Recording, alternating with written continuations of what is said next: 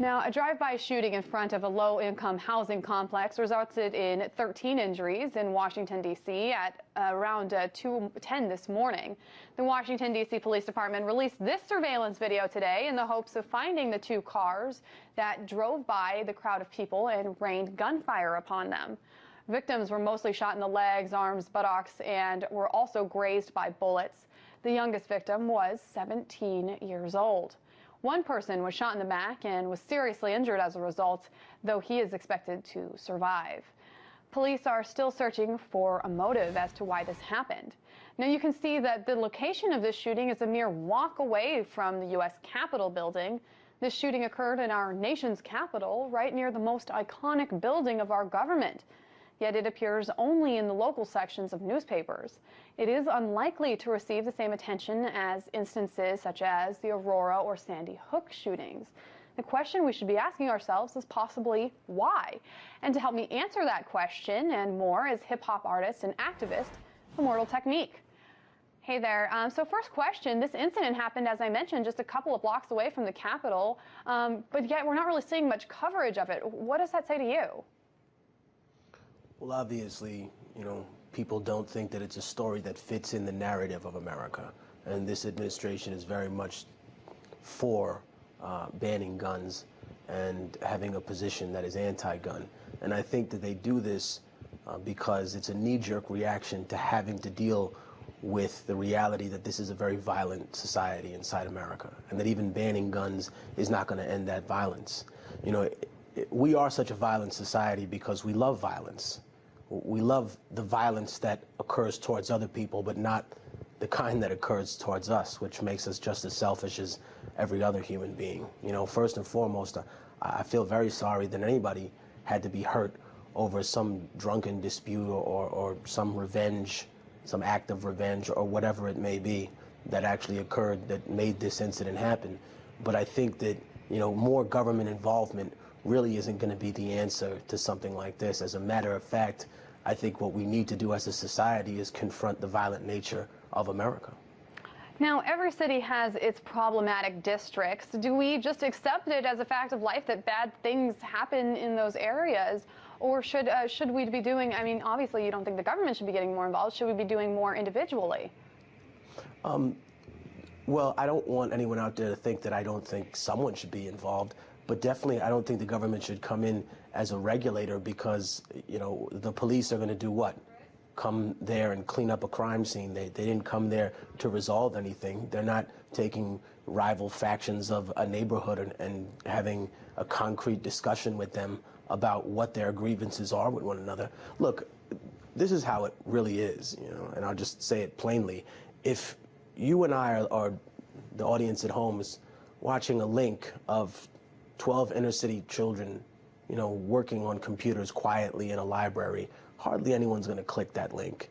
But if you link it to, a dozen urban youth throwing a bunch of computers at one another, people want to see that. They want to see violence. They're not afraid of that violence that doesn't affect them. They're afraid of the random violence that affects them. No one here is scared or terrified of those drone strikes that are going to kill children in Pakistan or Yemen tonight. But they're terrified of the idea of someone coming into a middle school or a junior high school and killing the people who aren't supposed to be killed. Oh my God, 12 little children, that's not supposed to happen. And the majority of them are encoded American language from the parents of hardworking Americans. And I think that's the difference. They're not scared of those people dying because in our society, those people are supposed to die. The children of Gaza, the children of Yemen, the children of Syria, they're supposed to die.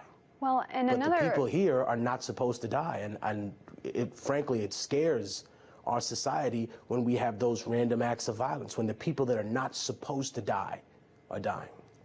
Okay, so the other question that I do want to ask you is, we've talked about the government and police involvement a little bit. There is another realm to it, and this is the realm that the media plays in it. I know that your music often focuses on a sort of trickle-down effect, kind of breaking down all of the different players. Can you break down the different players in this gun violence culture that we have? Well, look, you have people that are going to take a moderate position. You have people that are going to take a conservative position.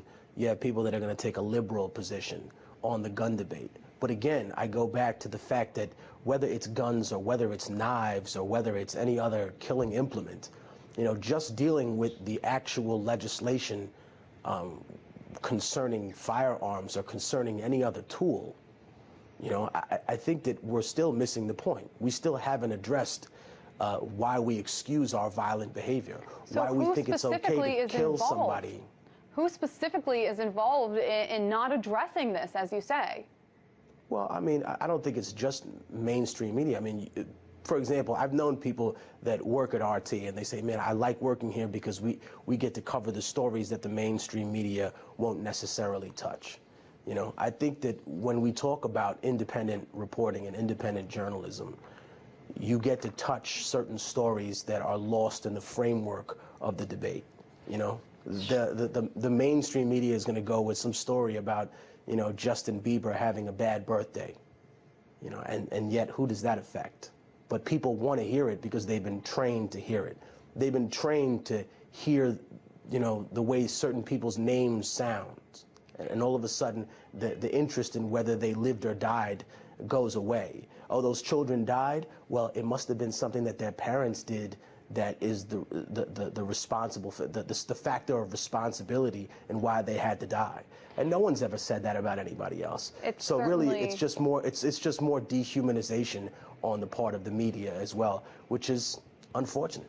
It certainly doesn't boil down to only the media, but it boils down to a lot of different factors. And the fact is, we're just not covering these cases of poor neighborhoods where this violence is happening and arguably growing. Hip-hop artist and activist Immortal Technique